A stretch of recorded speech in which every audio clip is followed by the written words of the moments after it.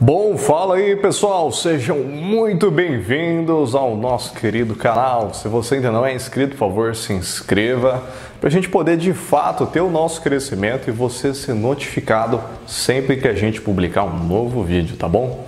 Bom, hoje a gente vai falar sobre análise fundamentalista. Você percebeu que na internet sempre tem as pessoas que ficam brigando entre o analista técnico, o analista fundamentalista, os traders entrando no meio, e vira aquele brigueiro total. Mas, de fato, eu tenho certeza que todo analista fundamentalista, ele olha o gráfico na bolsa de valores para ele poder fazer uma posição certa de compra ou de venda das ações dele. E do mesmo modo, eu também acredito muito que todo analista técnico, ele olha o cenário macroeconômico, né, ou até mesmo os fundamentos da empresa, para ele poder olhar de fato se vale a pena ou não fazer o investimento. Mas nesse vídeo eu vou falar para você sobre análise fundamentalista.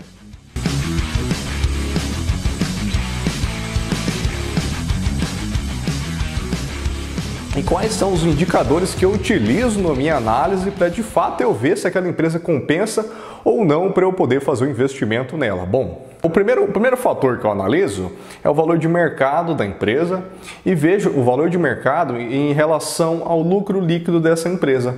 Ou seja, qual que é a expectativa que o mercado financeiro, ou os negociantes, né, os participantes, os investidores estão tendo com aquela empresa. Porque se de fato a gente tem um valor de mercado muito esticado em relação ao tanto que a empresa está entregando de lucro líquido, a gente tem que ficar um pouco com o pé um pouco para trás, né? Porque se a empresa está com um valor tão esticado assim, a gente tem que tomar cuidado na hora de realizar o nosso investimento. Mas do mesmo modo, a gente tem que entender também o cenário, qual aquela empresa está se situando.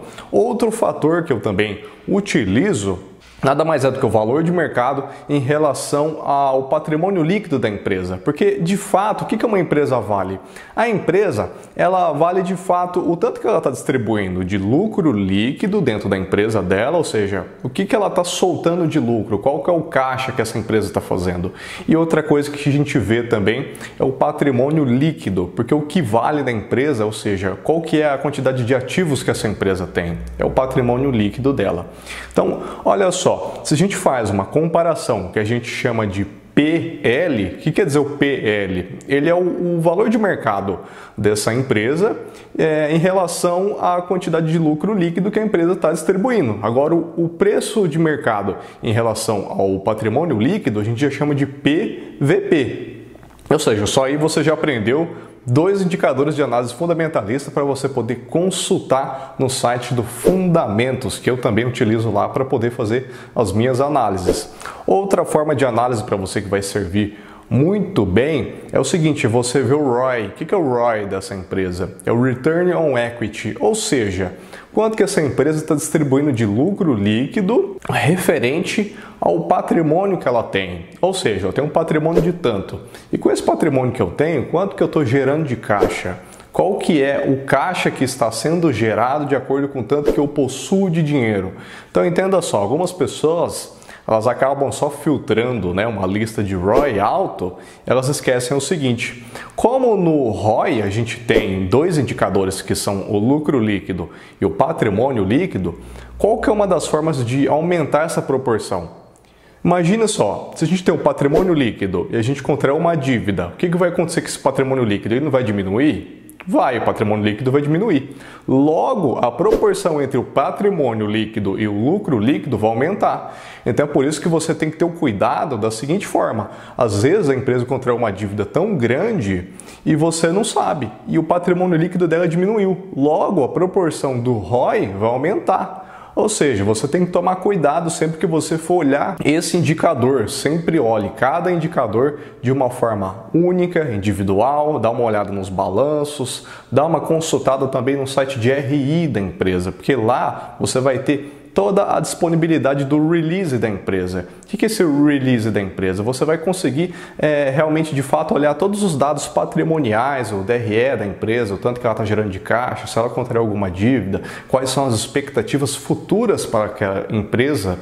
Então você sempre tem que olhar cada indicador de uma forma única, até porque esse nome indicador é o que? Ele só indica algo. É igual quando a gente utiliza um indicador de análise técnica, ele sempre está indicando alguma coisa, mas você tem que juntar alguns fatores e você mesmo enxergar se de fato aquilo está correto ou não para você poder realizar o seu investimento.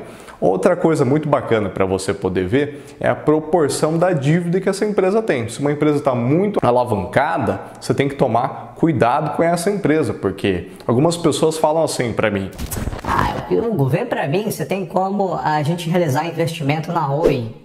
Lembrando que tudo que eu comento aqui não é para você fazer investimento na empresa. Eu só forneço o conhecimento e você mesmo faz a sua análise.